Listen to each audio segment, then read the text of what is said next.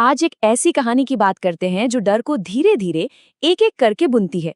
इसमें हम देखेंगे कि कैसे एक मामूली सा सफर एक भयानक सपने में तब्दील हो जाता है और फिर इसके पीछे के राज से भी पर्दा उठाएंगे।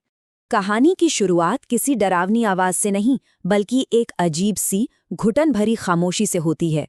सोचिए, एक ऐसा सन्नाटा जो किसी भी चीख से ज्यादा खौफनाक लगे और आने वाले खतरे का इशारा दे रहा हो। तो सबसे पहले कहानी हमें कबीर से मिलवाती है, जो विलासनगर नाम के एक स्टेशन पर बिल्कुल अकेला है। और डर की पहली शर्त यहीं पूरी हो जाती है, ये गहरा, कभी न खत्म होने वाला अकेलापन। जैसे जैसे वक्त बीतता है, वो खाली स्टेशन खुद एक किरदार बन जाता है। रात के 10 बजते हैं, फिर 11, फिर 12। सन्नाटा और भी गहरा हो जाता है और घड़ी की हर टिक टिक कबीर की बेचैनी को बस बढ़ाती ही जाती है। यही कहानी का सबसे अहम हिस्सा है। एक ट्रेन स्टेशन जहां आमतौर पे काफी शोर शराबा होना चाहिए, वहां एक अजीब, अननेचुरल खामोशी छाई हुई है। और यही खामोशी कबीर के मन में बैठे हर डर को कई गुना बढ़ा देती है। अच्छा, इस सन्नाटे के बाद कहानी में कुछ ऐसा होता है जो इस खामोशी को तो तोड़ता है, लेकिन एक ऐसे तरीके से जिसकी किसी ने कल्पना भी नहीं की होगी। अब हम धीरे धीरे अलौकिक दुनिया में कदम रख रहे हैं। तो ट्रेन का आना कोई राहत की बात नहीं है, बल्कि ये तो डर का अगला पड़ाव है। एक ऐसी ट्रेन जो पूरी तरह से खाली है, बेजान है। भागने का एक रास्ता अब एक संभावित जाल में बदल चुका है। और अब देखिए कैसे छोटी छोटी डिटेल्स डर पैदा करती हैं। वो औरत सिर्फ एक औरत नहीं लगती, बल्कि अजीब और डरावनी चीजों का एक कॉम्बिनेशन लगती है, जो किसी भी तरह से नॉर्मल नहीं है। उसकी भावहीन आंखें, वो चोट का निशान, सब कुछ बहुत अजीब है। और जितनी तेजी से वो दिखती है, उतनी ही तेजी से वो अगले डिब्बे में कहीं गायब हो जाती है। अब कबीर के साथ साथ हम भी ये सोचने पे मजबूर हो जाते हैं कि जो अभी अभी देखा, क्या वो सच था भी या नहीं। अब कहानी में एक क्लासिक हॉरर वाला मूड आता है।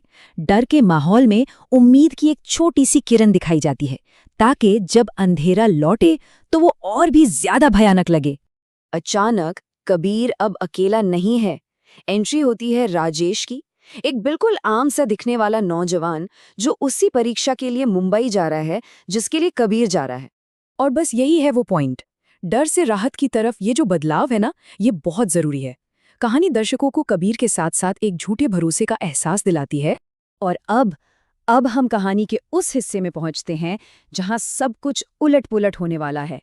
एक के बाद एक ऐसे सच सामने आएंगे जो सिर्फ कबीर की नहीं, बल्कि हमारी भी दुनिया हिलाकर रख देंगे। राजेश चाय पीने के लिए ट्रेन से नीचे उतरता है और कबीर को पीछे छोड़ जाता है।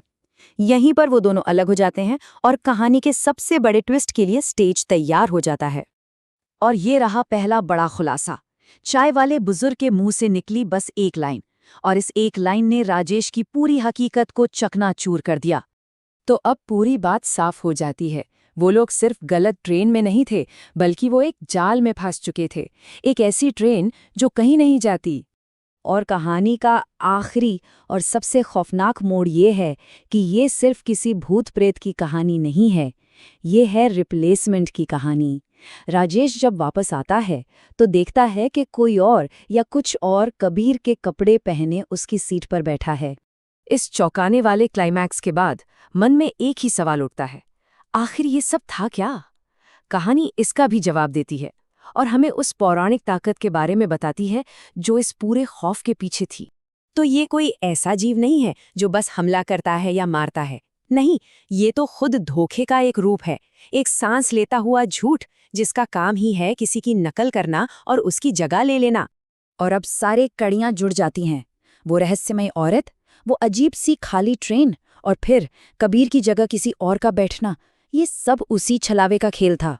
वो अकेलेपन और डर को अपने हथियार की तरह इस्तेमाल करता है। और आखिर में कहानी हमें एक ऐसे सवाल के साथ छोड़ जाती है जिसके बारे में सोचकर ही रोंगटे खड़े हो जाते हैं। एक ऐसा सवाल जिसका जवाब कहानी में नहीं दिया गया, ताकि ये डर कहानी खत्म होने के बाद भी हमारे साथ बना रहे।